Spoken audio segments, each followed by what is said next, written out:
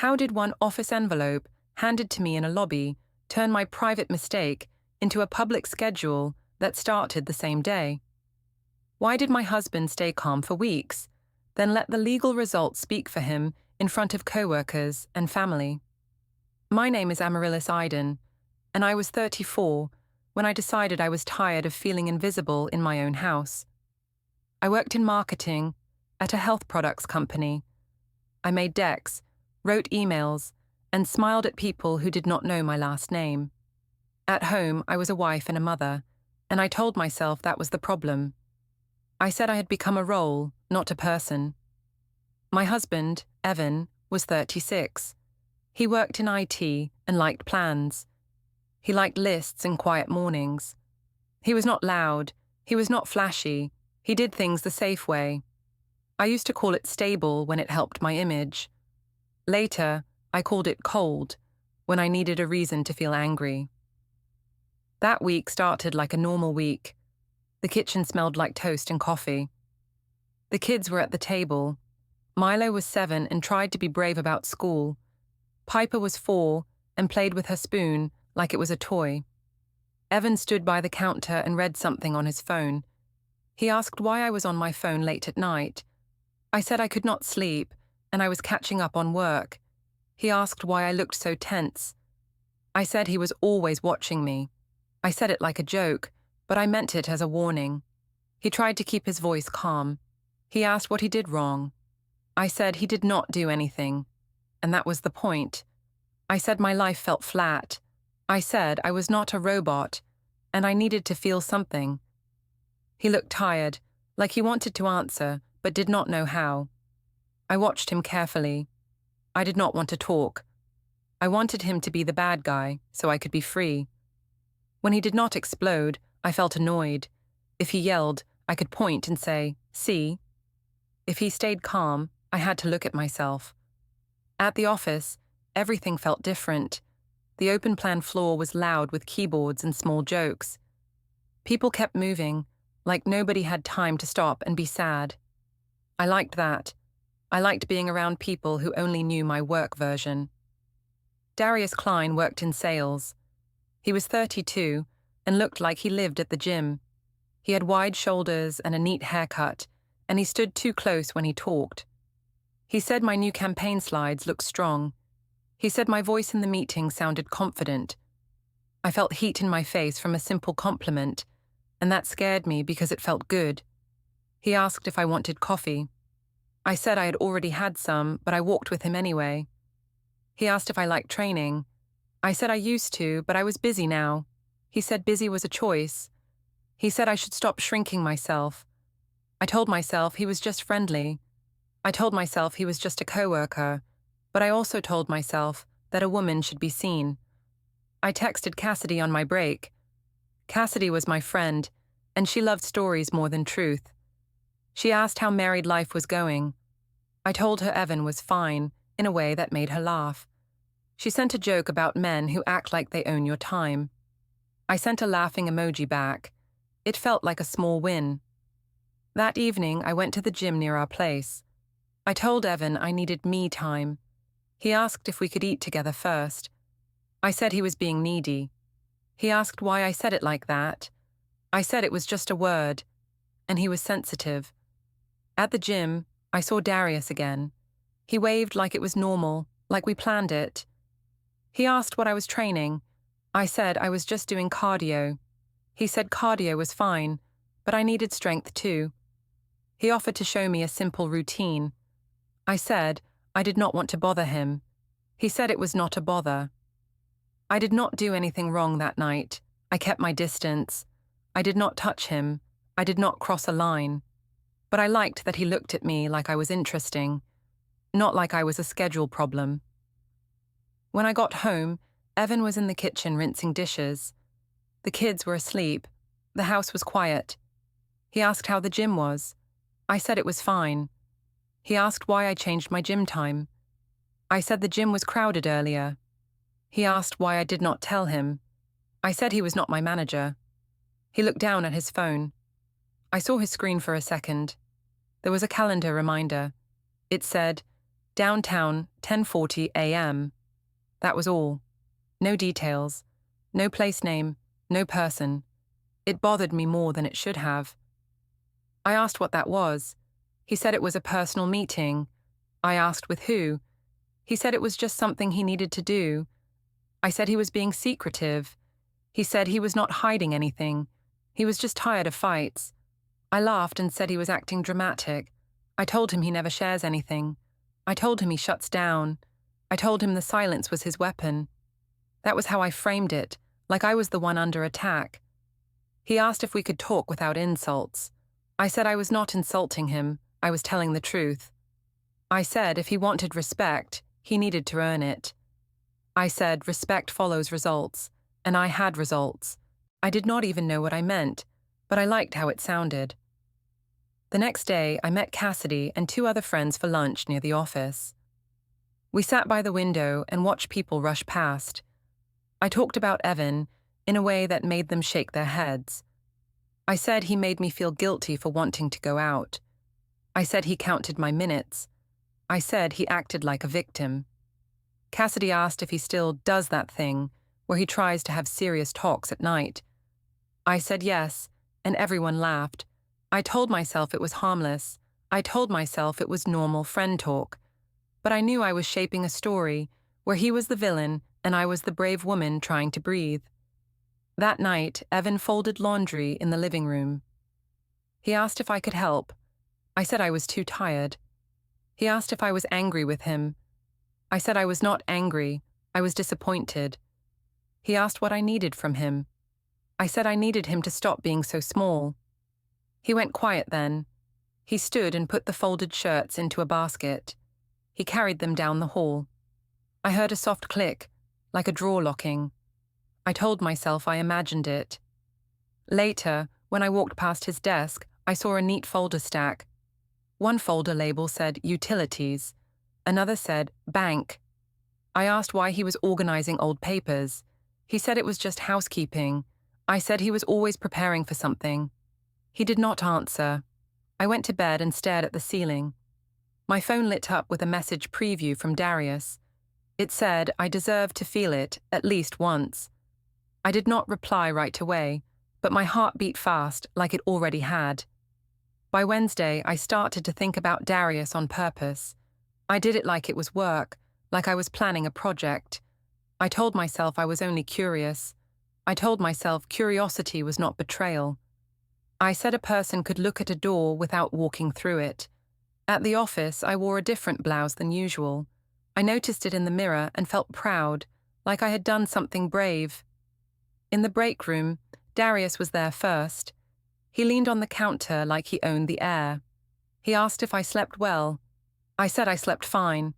He said my eyes looked tired. I said my kids were loud and my husband was worse. He asked what I meant. I said Evan asked too many questions, like he was my parent. I said Evan turned everything into a talk. Darius said I deserved peace. He said a woman like me should not have to beg for attention.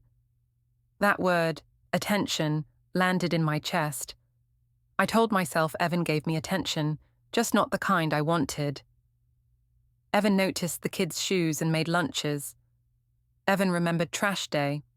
Evan asked how my day went, but I wanted a spotlight, not a lamp. Darius asked if I wanted one drink after work.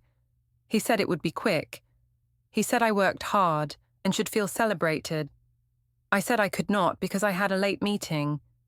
He smiled like he knew I was lying, and it made me feel powerful instead of ashamed. Before lunch, Evan texted me. He asked if we could eat together at home later and talk. He said he missed me. I answered late on purpose. I told him I had deadlines. He asked if I was upset with him. I said I was just busy. I added a small line about how he should stop stressing me out. I liked putting the blame in his hands. It felt clean. After work, I did not go straight home. I told Evan I had to stay late with my team. I said we were finalizing a launch schedule. He asked what time I would be back. I said I did not know. He asked if he should save dinner. I said no because I might eat at the office. The truth was simple. I met Darius outside the building. We walked to a rooftop bar a few blocks away. The air was cold, but the patio heaters made it feel warm. It was busy, full of people who laughed too loud. I liked that nobody cared who I was married to. Darius asked what I wanted to drink. I said something light. He ordered for me like he already knew me. He asked if Evan ever took me out. I said Evan did not understand romance. I said Evan treated life like a checklist. I said it like Evan was failing a test, and I was the teacher. Darius listened in a way Evan never did, or at least that is what I told myself. Darius nodded at the right moments. He said the right small words. He said I should not waste my best years. He said I should not let a safe man turn me into a quiet woman. I looked at my phone and saw the time. My stomach tightened. Darius asked if I was worried. I said I was not worried, just tired of being controlled. He asked if Evan controlled me. I said yes, even though Evan never told me where to go. I used the word controlled because it made me sound trapped, and trapped women get sympathy. Darius moved closer.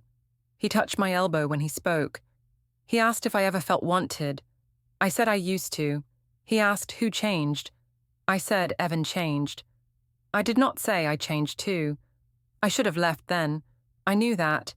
But I did not want to be the kind of woman who leaves. I wanted to be the kind of woman who takes. I wanted proof that I still had power. When we left the bar, the street was loud with traffic. Darius asked if I wanted to go somewhere quieter. I said I did not know.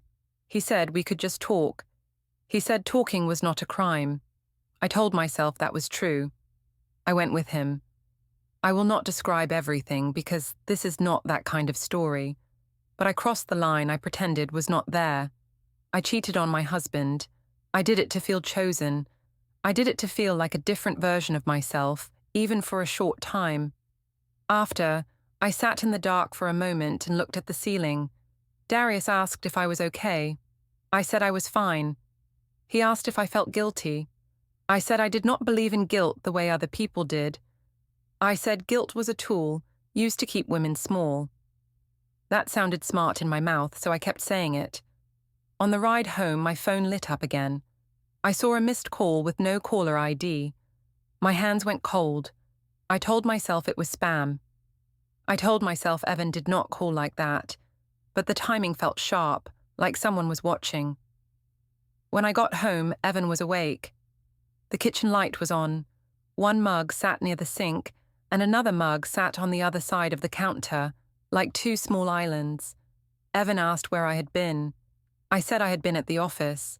He asked why I smelled different. I said a coworker hugged me after the meeting. He asked which coworker. I said it did not matter. He asked why my hair looked like I had touched it too much.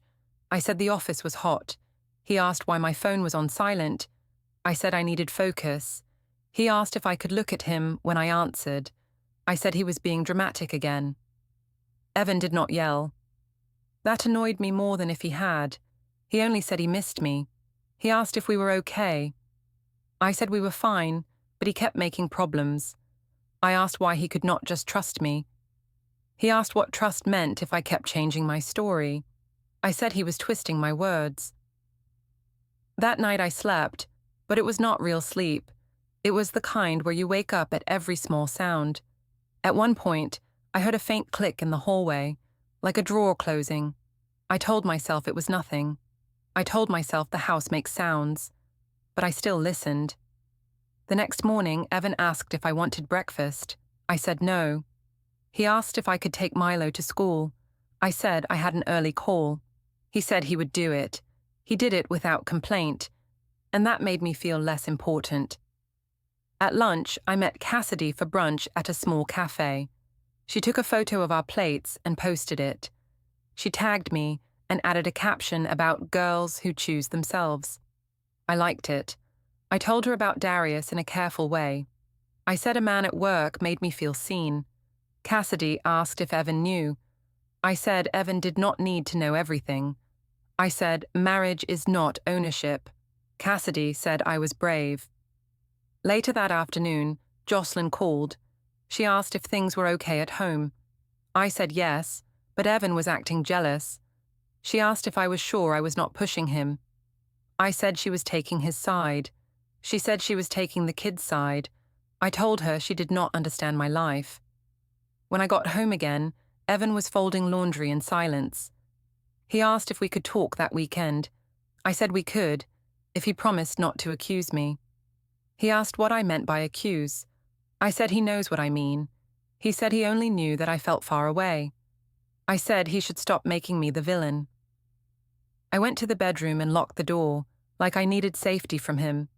In truth, I needed safety from my own thoughts. I sat on the bed and looked at my phone. Darius had sent a short message asking if I was okay. I stared at it and felt two things at once: a rush and a fear that tasted like metal. The next few days felt like I was living in two rooms at the same time. One room was my public life, where I was the tired wife who needed space. The other room was my private life, where I kept checking my phone like it was a second heart. At work, Darius acted normal, which made me act bolder. He walked past my desk and asked if I slept better. I said I did, and I made my voice sound light. He said I looked different, like I finally took up space. I told myself that meant I was growing. I did not call it what it was. I did not call it risk. Evan started to watch me in a quiet way. He did not follow me. He did not yell. He just asked questions that felt like stones in my shoes. One morning, he asked if my late meetings were going to continue. I said yes, because our team was busy. He asked if I could show him my schedule so we could plan childcare. I said he was trying to trap me. He said he only wanted a plan for the kids. I told him plans were his hobby, not mine. I knew the kids heard more than I wanted. Milo asked why Dad looked sad at breakfast. I said Dad was stressed from work. Piper asked why Dad slept in the other room. I said Dad's back hurt. I said these things like they were true, because if I said them enough, I could almost believe them. On Thursday, the company had a community picnic at a park. It was one of those events meant to look friendly online. There were banners, cupcakes, and a volunteer table. People took photos and posted them fast. I told Evan it was optional for families, and he did not have to come. He said he would come for the kids. I heard his tone. He was not asking permission. In the parking lot, Evan drove our car in silence. The kids sang a song in the back. I looked at the dashboard and noticed a small lens near the mirror. I had seen it before, but this time it felt like it was staring at me. I asked when he added that. He said he installed it months ago for safety. I said it was strange he did not mention it. He said it did not seem important. I told myself it was important. I told myself it was proof he did not trust me. I wanted proof. Proof made my anger feel clean. At the park, coworkers waved. Darius arrived with two friends from sales and acted like we were just teammates. He brought a cooler and offered everyone drinks. Evan stood near the kids and helped Milo with a plastic cup. Piper ran toward the face painting table. Evan followed her, calm and steady. It looked good from the outside. That bothered me too. Cassidy came up and hugged me hard. She asked if Evan was still being weird. I said yes and rolled my eyes. Evan was close enough to see the eye roll. I did not care. Part of me wanted him to feel small in front of people. I told myself that if he felt small, he would change. That is what I called it, change. During the picnic, Darius took a group photo for the marketing team. He told me to stand near him so the light would be better. I stood close. I knew Evan could see. I told myself it was harmless because it was public. I told myself the public part made it safe. Later, when people started clapping for a small speech, Darius leaned in and asked if I wanted to join him for a quick walk to the food trucks. I said yes. He asked if Evan would mind. I said Evan was not my boss. I said it like a joke, but it was also a message. We walked to the other side of the park. Darius asked if I was okay at home. I said Evan was acting suspicious and cold. I said he used silence as punishment. Darius said I deserved someone who fought for me. I told myself that meant passion. I did not think about what fighting can look like. I did not want to think. When we came back, I saw Evan sitting on a bench with Milo. Evan was tying Milo's shoe. Milo looked down, quiet. Evan looked up at me and then looked away. His face was flat, like a door that did not open. On the drive home, Evan asked if I had fun. I said yes. He asked why I kept walking away with Darius. I said we were coworkers and it was a work event. He asked why I smiled at Darius the way I did not smile at him. I said he was imagining things. He said he was not imagining the distance. I said the distance was his fault. At home, Evan carried Piper to bed and read her a short story. Milo asked for water and Evan brought it. I watched from the hallway and felt irritated because he looked like the better parent. I did not like that feeling. I wanted the world to see me as the one holding everything together. After the kids were asleep, Evan asked if we could talk in the living room. I said we could, but I warned him not to accuse me. He asked what he was allowed to say without it becoming an accusation. I said he was doing it again, turning everything into a courtroom. He did not respond to that. He only asked where I had been on Tuesday night. I felt my throat tighten. I told him I had already explained it. I said I was at work late. He asked why my phone location showed me across town for an hour. I said phones make mistakes. I said apps track people wrong all the time. He asked how my phone could be wrong in the exact same way twice. I said he was stalking me through my phone. He said he was not stalking. He was trying to understand why the stories changed. I stood up fast and said he was controlling. I said he wanted to own me. I said he made me feel unsafe, even though he did not raise his voice. I said the calm was part of the control. He asked what I wanted from him. I said I wanted him to stop asking. He said he could not stop caring. That line did not soften me. It made me angry. Caring sounded like a rope. I told him he cared about control, not me. He looked down and nodded once, like he was taking a note inside his head. A little later, I walked past his desk and saw his laptop open. There was a spreadsheet on the screen with rows and columns. I could not see a title. I could not see words from where I stood. I only saw the shape of order. Evan noticed me and closed it right away. I asked what it was. He said it was just household planning. I said he was hiding things now. He said he was organizing. That night, I woke up to a soft beep. It sounded like a phone starting and stopping something. I held my breath and listened. The house went quiet again. In the kitchen, I saw 2 mugs on opposite sides of the counter, like the day before. I stared at them and felt a cold fear, but I wrapped it in anger, because anger was easier. The next morning, Cassidy sent me a screenshot of my vague quote post. Someone had commented that maybe my husband should take the hint. Cassidy asked if she should reply. I said yes. I told her to like the comment. I told myself I was taking control of my story. I did not notice I was building a stage for my own fall. The next Monday, I told myself I would reset. I said I would be nicer, calmer, more fair. But I still wanted the same thing. I wanted Evan to carry the blame so I could feel light. I wanted people to look at him and think, poor her. I wanted that pity. I wanted it like water. In the daycare lobby, the air smelled like hand soap and crayons. Parents stood in a loose line with tired faces. Piper held my hand, then let go to run to the fish tank. Evan came in behind me with Milo's backpack. He looked neat, like he always did, and that made me feel messy. A staff member asked which parent should be the first contact for emergencies. Evan said it could be him, since he worked closer now. The staff member nodded and started to type. I felt a sharp sting, like someone erased my name. I told myself Evan was trying to replace me. I told myself he was doing it to punish me.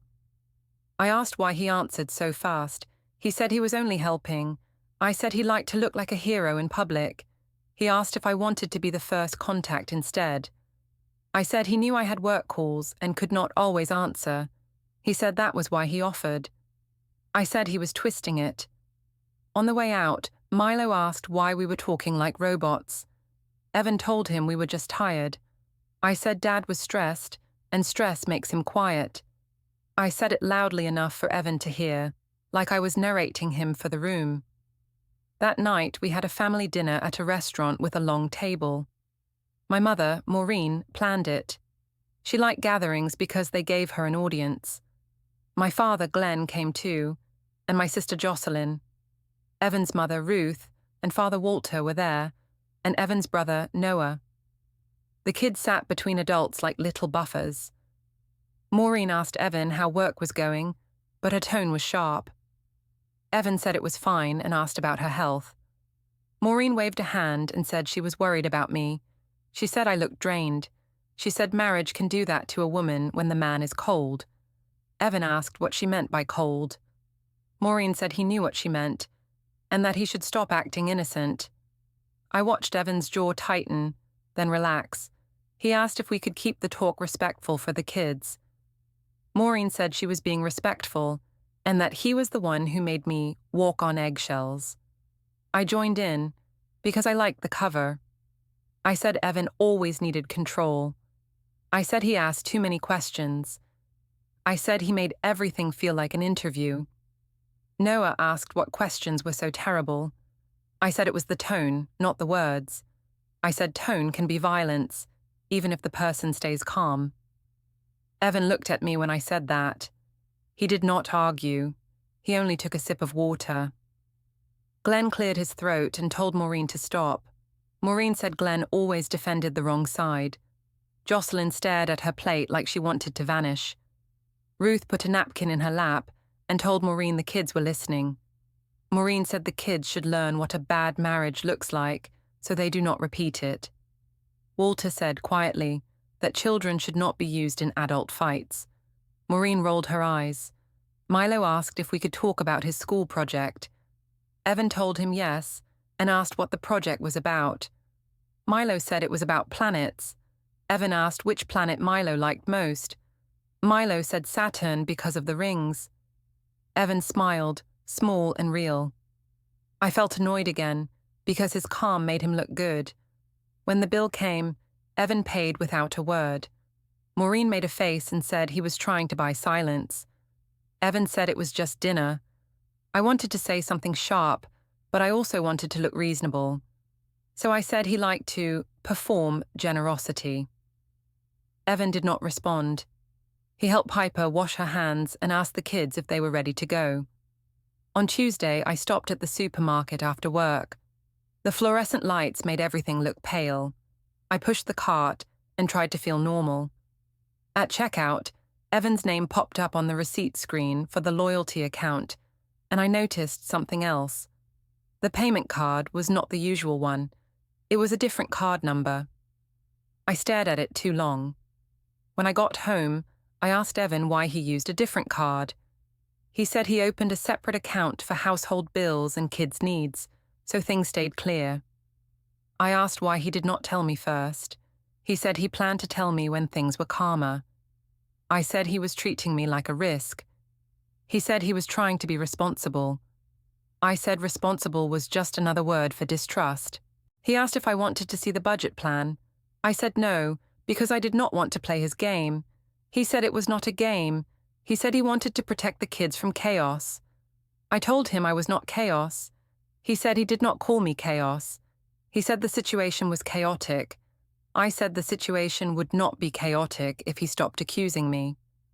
That evening, Darius texted me and asked if I was okay. I answered late again, but not too late. I told him things were tense at home. He said he did not want trouble. He said I should be careful. I asked what he meant by careful. He said people notice patterns. He said receipts exist. I felt a cold wave in my stomach, and I hated him for saying the truth out loud. On Wednesday, Evan said he needed to go downtown for a personal meeting.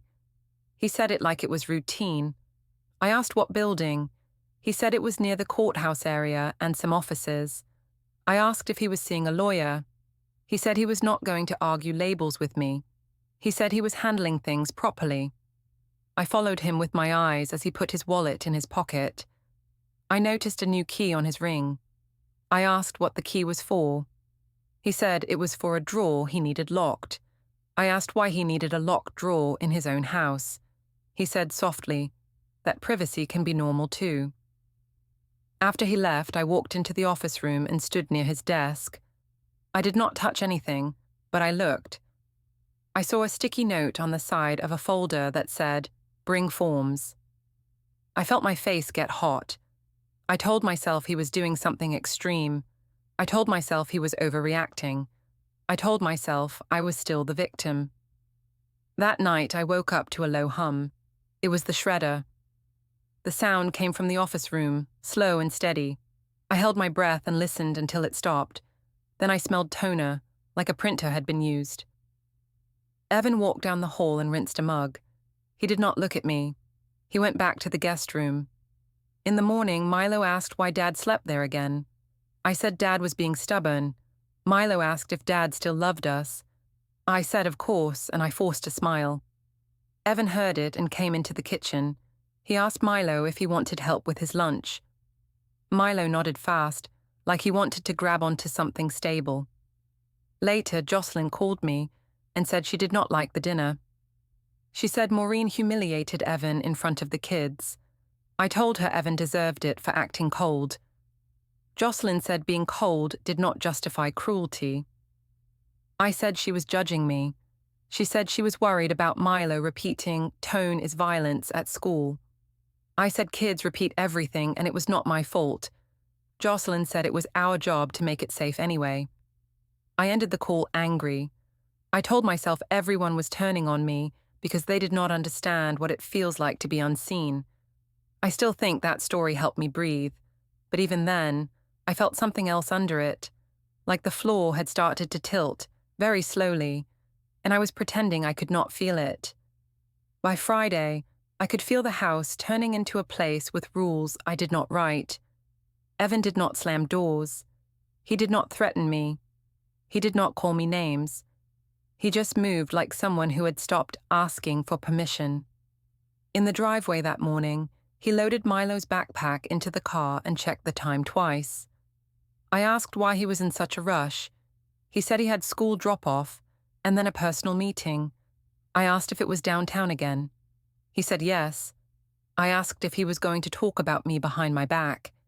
He said he was going to talk about facts, not stories. That word, facts, made me angry.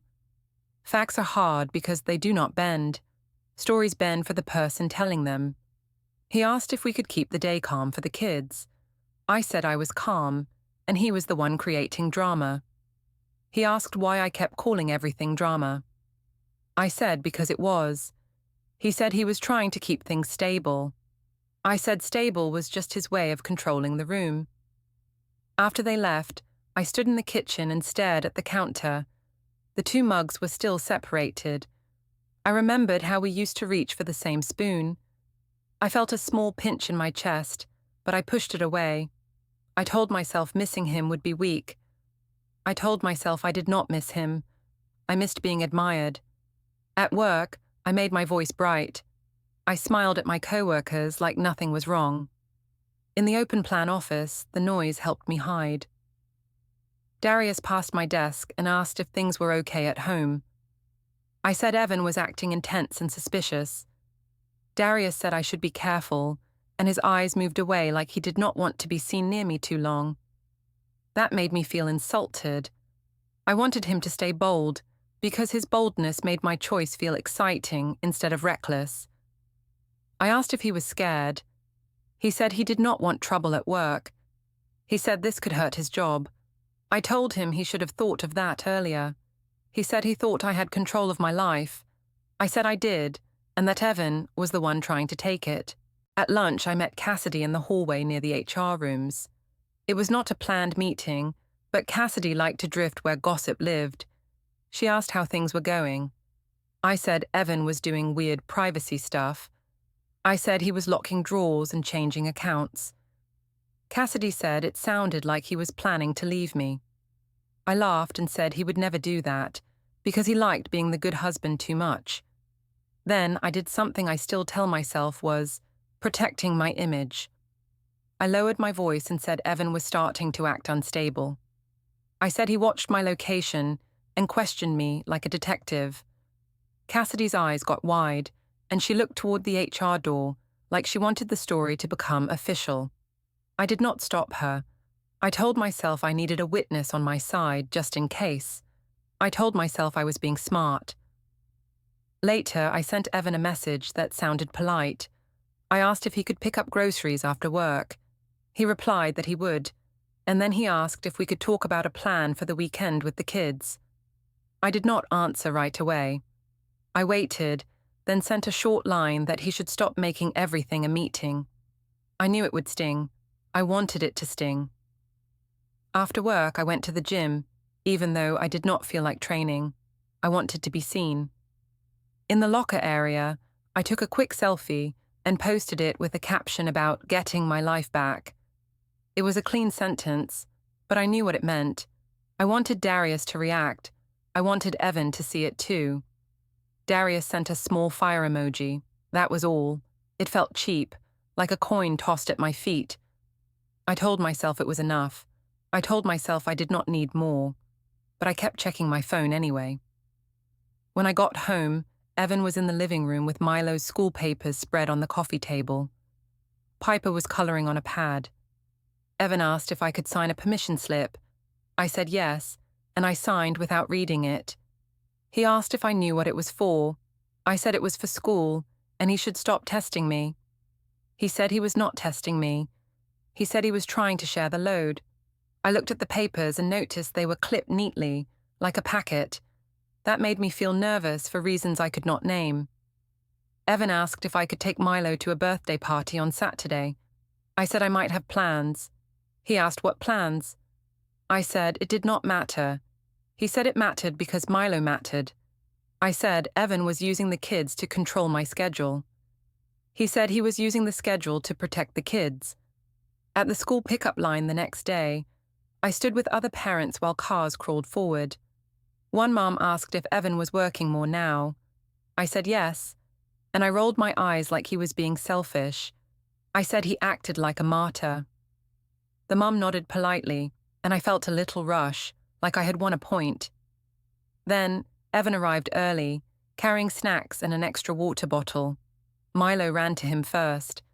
Evan bent down and asked how the day was. Milo talked fast. Piper grabbed Evan's hand. I stood there and watched my own children choose him like gravity. In the car, Evan asked if I could keep adult problems away from school.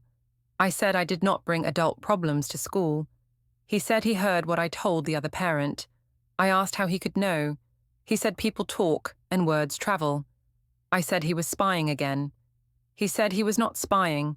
He was listening to consequences. Back at home, I tried to start a fight because I wanted him to react. I asked why he was turning everyone against me. He said he was not turning anyone. I was doing that myself. I said he was acting like a saint. He said he did not need to act. He said he only needed to be consistent. I walked into the office room and saw his desk area looked even cleaner. The folders were stacked like a small wall. I saw a single USB on the corner with a date written on a tiny label. I asked what it was. He said it was for work. I asked why it was dated. He said dating things is normal when you want order. I said he was being creepy. He said he was being careful. That evening, my phone alarm went off and startled me. The label on the screen said, "Paper drop." I stared at it, confused. I did not remember setting it. Evan looked up from the kitchen sink and did not ask about it. That silence made me feel exposed, like I had stepped into light. I followed him into the hallway and asked what he was doing to me. He asked what I meant by doing to me. I said he was planning something. He said he was planning stability. I said he was punishing me. He said he was protecting himself and the kids. I told him he was throwing our marriage away over one mistake. He asked if it was one mistake or a pattern. I said he was exaggerating. He said he was done arguing with exaggerations. Then he looked at me, calm in a way that scared me more than anger. He said he would handle it properly and lawfully, and that I should prepare for the next steps. I told myself Evan was bluffing. I told myself he wanted to scare me so I would behave. I said to myself that men like him do not really leave because they need to feel needed. I kept that thought close, like a charm.